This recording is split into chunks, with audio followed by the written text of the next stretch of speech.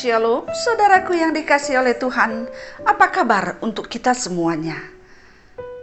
Semoga kita masih tetap bisa merasakan, masih bisa menikmati bagaimana besarnya kasih sayang Tuhan dalam hidup kita.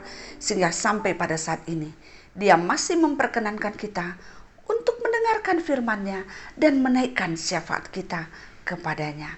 Maka untuk firman yang akan kita dengarkan, mari kita berdoa.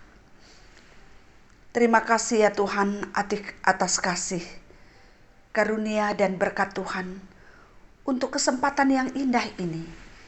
Kami boleh bersama-sama bersekutu dimanapun berada kami pada saat ini untuk mendengarkan firman Tuhan dan juga untuk menaikkan syafaat kami kepadamu. Kami merasakan bahwa Tuhan hadir di dalam hati kami, di tengah-tengah kami, sehingga Roh Kudus Tuhan yang mengajari kami untuk mendengarkan firman ini, sehingga kami akan mengerti. Oleh karena itu ya Tuhan, berkati kami.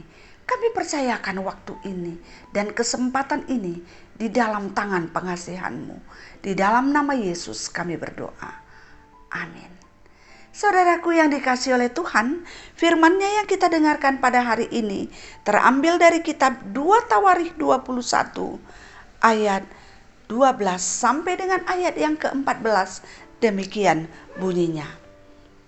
Lalu sampailah kepadanya sebuah surat dari Nabi Elia yang bunyinya, beginilah firman Tuhan Allah Daud bapa leluhurmu, karena engkau tidak hidup mengikuti jejak Yosafat ayahmu dan Asa raja Yehuda, melainkan hidup menurut kelakuan raja-raja Israel, dan membujuk Yehuda dan penduduk-penduduk Yerusalem untuk berzina, sama seperti yang dilakukan keluarga Ahab, dan juga karena engkau telah membunuh saudara-saudaramu, seluruh keluarga ayahmu yang lebih baik daripadamu.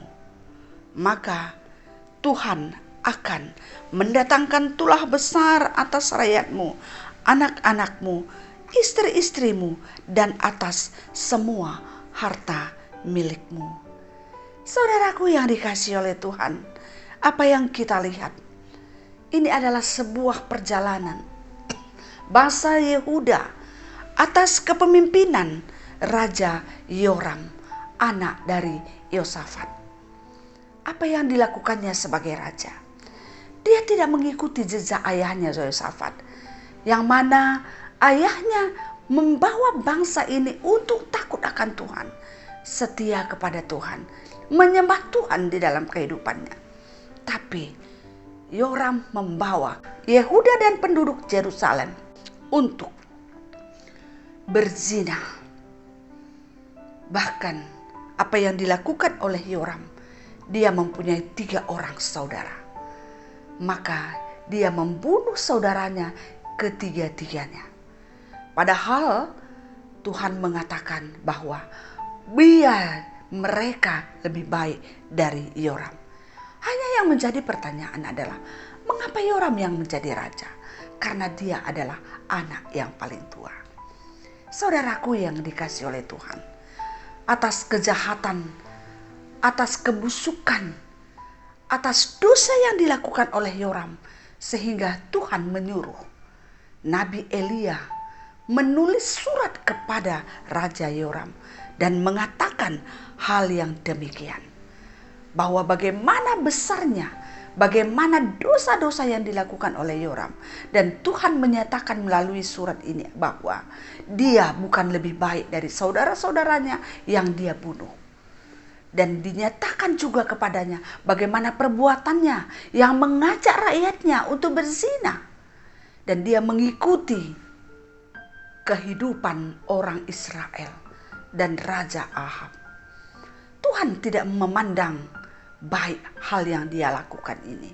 Sehingga apa yang difirmankan, apa yang dikatakan oleh Tuhan melalui surat yang disampaikan oleh Nabi Elia, dia katakan, maka Tuhan akan mendatangkan tulah besar atas rakyatmu, anak-anakmu, istri-istrimu, dan atas semua harta milikmu.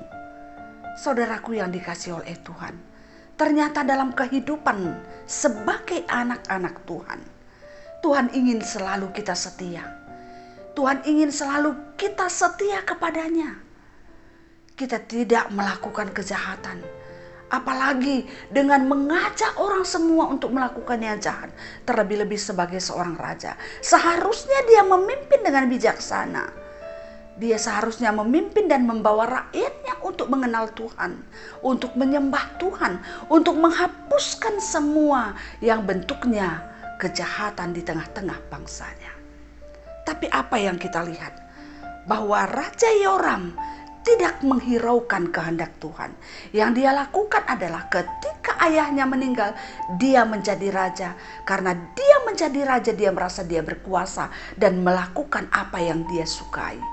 Sehingga semua yang dia punya, yang ditinggalkan oleh ayahnya, dia buat menjadi alatnya. Dia buat menjadi alatnya memuaskan kehendak dan hatinya sendiri. Sehingga Tuhan jauh daripadanya. Kehendak Tuhan jauh dari dirinya. Dan yang dia lakukan adalah kejahatan-kejahatan yang menjijikkan di hadapan Tuhan. Saudaraku yang dikasihi oleh Tuhan, hukuman bukan hanya kepada dia, tapi kepada bangsanya, kepada rakyatnya, kepada keluarganya, bahkan juga kepada harta-hartanya. Artinya bahwa dia tidak akan mampu menikmati hartanya. Hartanya akan tinggal harta, bahkan mungkin hartanya akan membawa penderitaan kepadanya. Saudaraku yang dikasihi oleh Tuhan, firman ini mengingatkan kita. Sebagai orang percaya, kita diajak untuk terus bisa membawa diri kita, membawa orang yang ada di sekitar kita untuk selalu peka akan kehendak Tuhan. Peka akan dosa-dosa yang kita lakukan atau dosa yang dilakukan oleh sekeliling kita.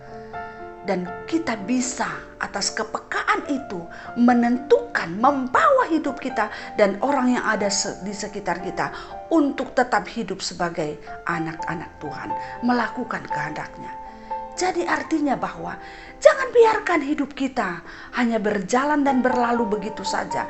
Pikiran kita hanya memikirkan apa yang kita inginkan, apa yang kita butuhkan, apa yang kita harapkan. Tapi Tuhan inginkan hidup kita, pikiran kita mengarah kepada kehendaknya. Dan dengan sukacita kita berjuang untuk melakukan kehendaknya.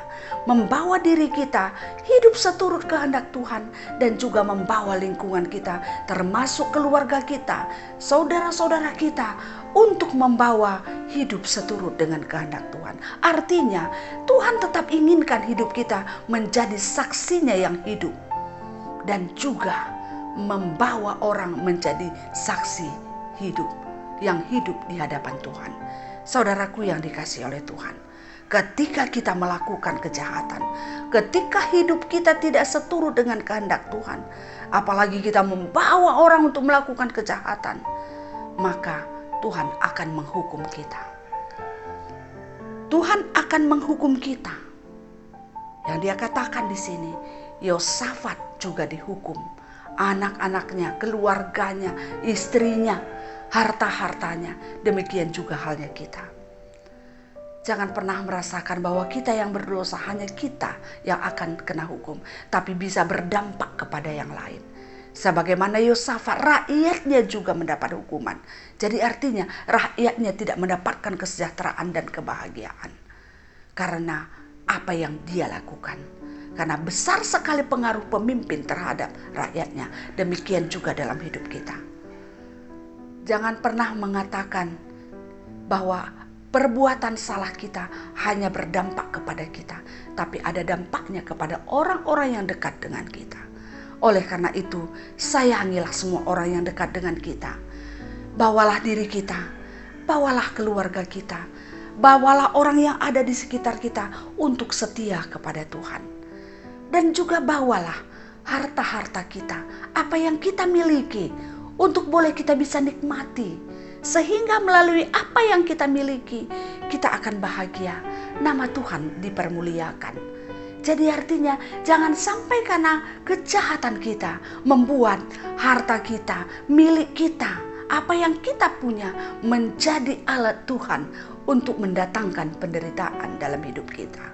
Oleh karena itu saudaraku yang dikasihi oleh Tuhan, mari kita kuatkan hati, kuatkan iman, teguhkan pengharapan akan kasih sayang Tuhan dan berkat Tuhan. Sehingga apapun yang terjadi di dalam kehidupan kita, baik suka maupun duka, membuat kita lebih dekat kepada Tuhan dan mampu hidup menjadi saksi Tuhan yang hidup. Amin. Kita berdoa. Terima kasih untuk firman yang sudah kami dengarkan ya Tuhan, yang mengajari kami untuk boleh tetap setia kepadamu. Oleh karena itu ajarlah kami, pelihara hidup kami, pelihara hati dan pikiran kami, kuatkan iman kami, teguhkan pengharapan kami akan kasih sayang Tuhan, dan harapan kami akan kehidupan yang kekal. Sehingga selagi masih ada kesempatan yang Tuhan berikan kepada kami boleh selalu peka akan kehendak-Mu, dan kami akan peka akan setiap situasi yang ada di sekeliling kami, dan akan membawa hidup kami, orang yang ada di sekitar kami termasuk keluarga kami, untuk setia kepada Tuhan, tidak terpengaruh oleh kejahatan yang ada di sekitar kami.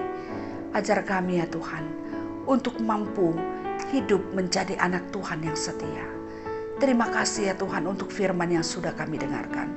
Kiranya melalui firman ini kami semakin dicerahkan, dibaharui di dalam pikiran, perkataan dan perbuatan kami menuju yang lebih baik, sehingga kami boleh sungguh-sungguh menjadi saksi Tuhan yang hidup dalam hidup kami. Terima kasih ya Tuhan.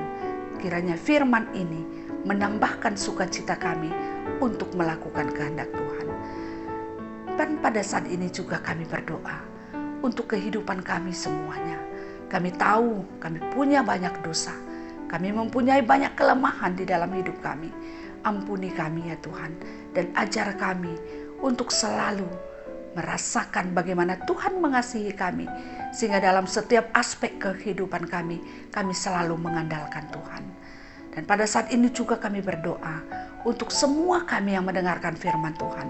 Tuhan tahu apa yang terjadi dalam hidup kami, dalam keluarga kami. Banyak hal-hal yang ingin kami ceritakan, kami ungkapkan pada saat ini kepada Tuhan. Banyak persoalan yang kami rasakan, baik itu ekonomi rumah tangga kami, pekerjaan kami, penyakit yang ada di sekitar kami, dan juga ada di tengah-tengah keluarga kami, dan juga kenakalan anak-anak kami, perjuangan masa depan anak-anak kami. Ya Tuhan, semua ini kami ungkapkan, kami sampaikan kepada Tuhan dengan satu harapan. Bantu kami Tuhan untuk menghadapi semua persoalan ini. Ajar kami untuk mampu melewati setiap masalah yang kami hadapi. Sekalipun banyak hal-hal yang tidak menyukakan hati kami, tapi itu tidak membuat kami melupakan Tuhan. Tapi kami terus mengingat dan mensyukuri berkat Tuhan. Karena sekalipun kami menghadapi banyak persoalan, tapi kasih Tuhan melebihi dari persoalan yang kami hadapi. Oleh karena itu ya Tuhan, ajar kami untuk boleh tetap setia kepadamu. Jangan biarkan kami jatuh karena penderitaan yang kami rasakan.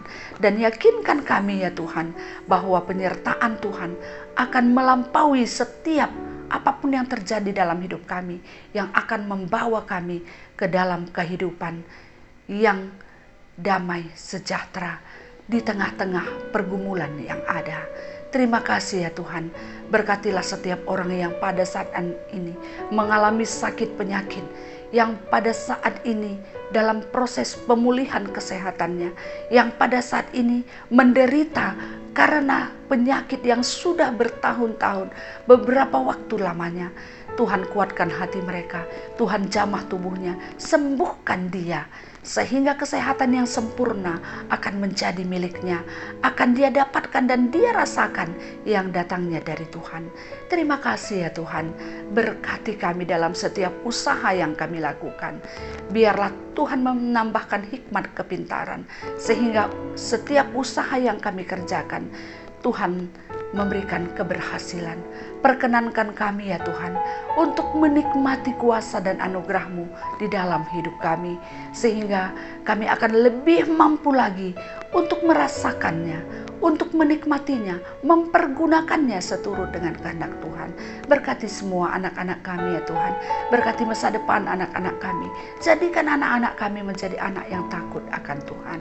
Dan keluarga-keluarga yang pada saat ini masih menantikan anak di tengah-tengah keluarganya, berkenanlah Engkau ya Tuhan memberikannya, menganugerahkannya, mengabulkan pengharapan dan permohonannya.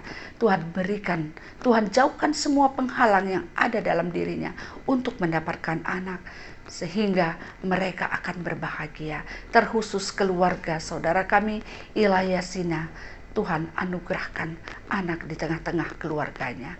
Terima kasih ya Tuhan yang baik, kami percaya kasih Tuhan akan melampaui setiap apapun yang terjadi dalam hidup kami. Di dalam nama Yesus kami berdoa.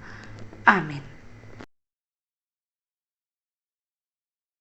Demikianlah firman Tuhan yang sudah kita dengarkan dan doa juga sudah kita sampaikan. Oleh karena itu, damai sejahtera yang datangnya dari Tuhan, yang melampaui segala akal dan pikiran kamu, akan menyertai kamu dari sekarang sampai selama-lamanya. Amin. Salam sehat, tetap semangat. Tuhan memberkati kita semuanya. Terima kasih.